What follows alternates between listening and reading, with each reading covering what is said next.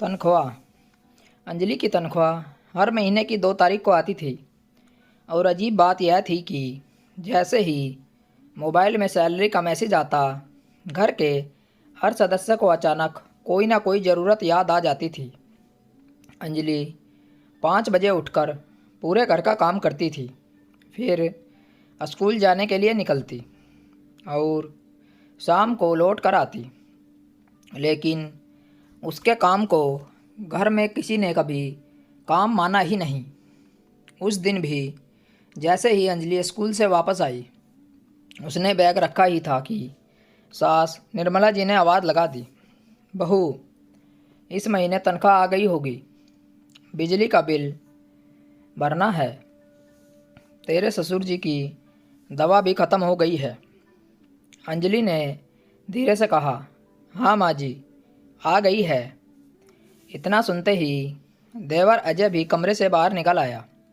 भाभी, मेरा मोबाइल बहुत परेशान कर रहा है, इस बार थोड़ा पैसा मिल जाता तो नया ले लेता।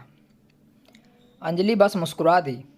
उसे पता था कि अभी बात यहीं नहीं रुकेगी। रात को खाना खाते समय उसके पति राजेश ने भी कहा, सुनो, इस महीने मेरे दोस्त की शादी है, कुछ खर्चा हो जाएगा, तुम देख लेना। अंजलि ने दाल मिलाते हुए कहा, ठीक है, और चुप हो गई। उसकी इस चुप्पी पर किसी का ध्यान नहीं गया। अगली सुबह वह स्कूल जाने के लिए तैयार हो रही थी, तभी उसकी छोटी बहन सुमन का फ़ोन आया। सुमन की आवाज़ बुझी हुई थी, दादी माँ की दवा ख़त्म हो गई है, डॉक्टर ने कुछ और टेस्ट भी लिखे हैं, लेकिन पैसे कम पड़ रहे हैं। अंजलि कुछ पल चुप रही। मायके की जिम्मेदारी शादी के बाद भी ख़त्म नहीं हुई थी, बस उसने कभी किसी को बताया नहीं था। तू चिंता मत कर, मैं कुछ करती हूँ, उसने धीरे से कहा। फ़ोन रखते ही उसकी नज़र अलमारी में रखे अपने पुराने पर्स पर गई। पिछले कई महीनों से वह अपने लिए सैंडल खरीदना चाहती थी, क्योंकि पुरानी सैंडल कई जगह से घिस चुकी थी, लेकिन हर महीने कोई ना कोई ज़रूरी खर्चा सामने आ जा ही जाता था। उसने पर्स खोला तो उसमें सिर्फ कुछ पुराने बिल और कुछ पैसे पड़े थे। उसी समय निर्मला जी कमरे में आई और बोली, बहू, इस महीने अगर 1,000 और दे दे तो अच्छा रहेगा, घर का राशन भी भरना है। अंजलि ने उसकी तरफ देखा। वह कुछ कहना चाहती थी, लेकिन फिर चुप रह गई। निर्मला जी बिना उसके चेहरे को पढ़े वापस चली गई। उस शाम जब सब लोग बैठक में बैठे थे, अपने अपने काम की बातें कर रही थे, तब अंजलि रसोई में खड़े बर्तन धो रही थी। उसके हाथ काम नहीं कर रहे थे, लेकिन मन में बार बार एक ही बात घूम रही थी। इस घर में उसकी तनख्वाह सबको याद रहती है, लेकिन उसे कभी किसी ने याद नहीं किया। राजेश के पास एक प्राइवेट कंपनी में सुपरवाइज़र की नौकरी थी। तनख्वाह उसकी भी ठीक ठाक थी, घर का खर्च आराम से चल सकता था। लेकिन घर में एक आदत सी बन गई थी, जहाँ थोड़ा बहुत खर्चा बढ़ा, सबकी नज़र पर अंजलि की तनख्वाह चढ़ जाती थी। राजेश ने कभी यह समझने की कोशिश नहीं की कि हर महीने अपनी कमाई सबको दे देने के बाद अंजलि के पास खुद के लिए क्या बचता है। अगले दिन स्कूल से लौटते समय अंजलि ने रास्ते में मेडिकल स्टोर पर रुककर अपनी माँ की दवा के बारे में पूछा। दुकानदार ने जो रकम बताई, उसे सुनकर वह कुछ देर चुप खड़ी रही। उसके खाते में तनख्वाह तो आई थी, लेकिन आधे से ज़्यादा पैसे घर के खर्च में जाने वाले थे और बाकी पर भी सबकी नज़र लगी हुई थी। घर पहुंचते ही उसने देखा कि बैठक में निर्मला जी, राजेश और अजय किसी बात पर चर्चा कर रहे थे। अंजलि जैसे ही अंदर आई, अजय उत्साह से बोला, भाभी, एक मोबाइल पसंद किया है मैंने, अभी ऑफ़र चल रहा है, 2-3 दिन में लेना पड़ेगा, नहीं तो महंगा हो जाएगा। अंजलि ने थके हुए स्वर में पूछा, पुराना मोबाइल तो चल रहा है ना? अजय हंस पड़ा। चल तो रहा है, लेकिन बहुत पुराना हो गया है।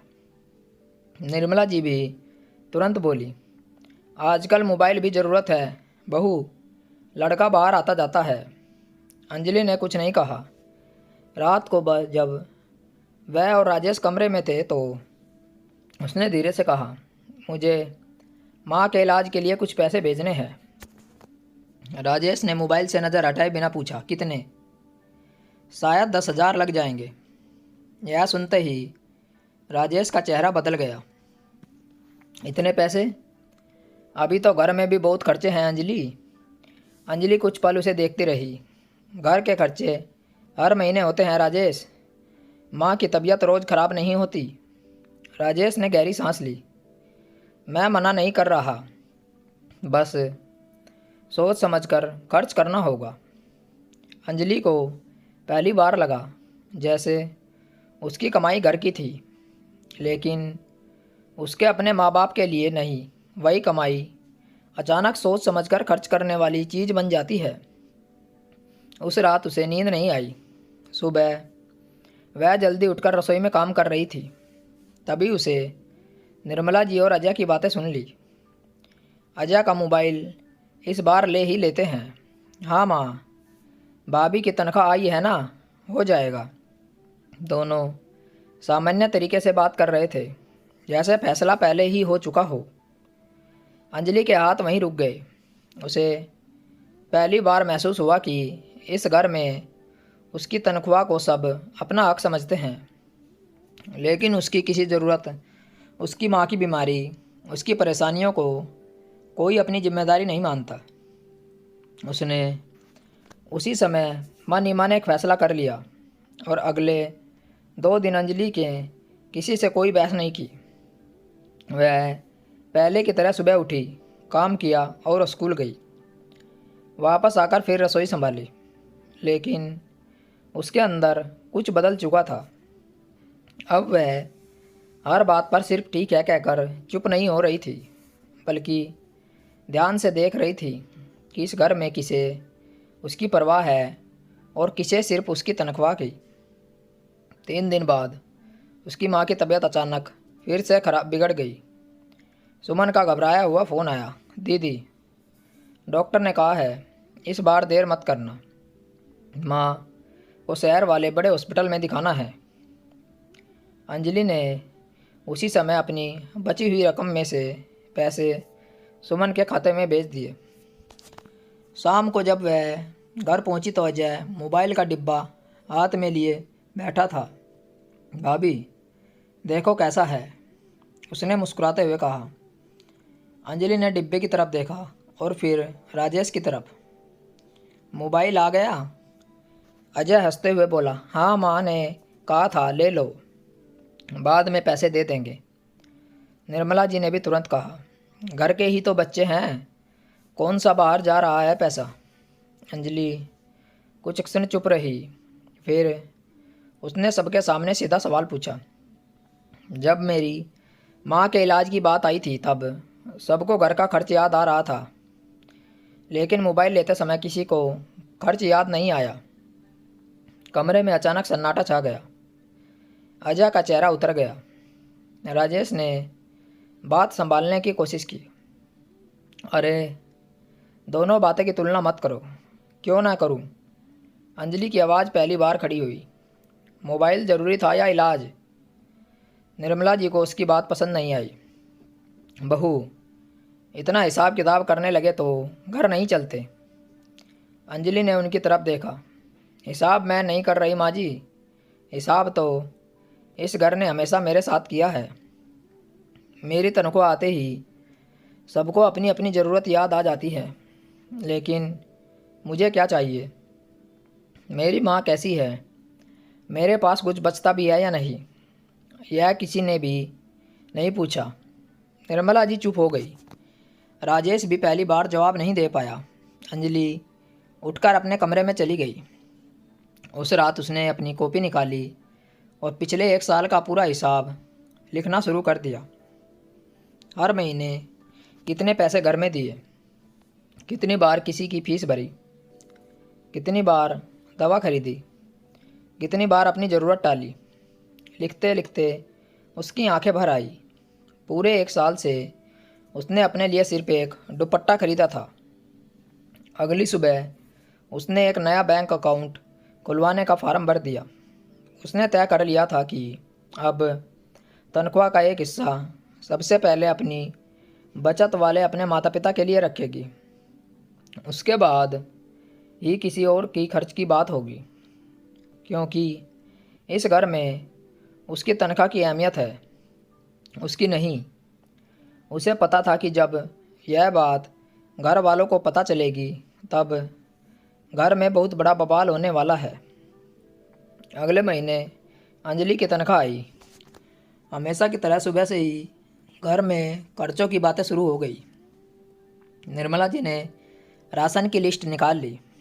अजय ने मोबाइल की बाकी किस्त का जिक्र छेड़ दिया और राजेश भी किसी खर्च की बात करने लगा। लेकिन इस बार अंजलि चुपचाप सबकी बातें सुनती रही। शाम को जब सब लोग बैठक में बैठे थे तो उसने एक लिफाफा लाकर मेज़ पर रख दिया।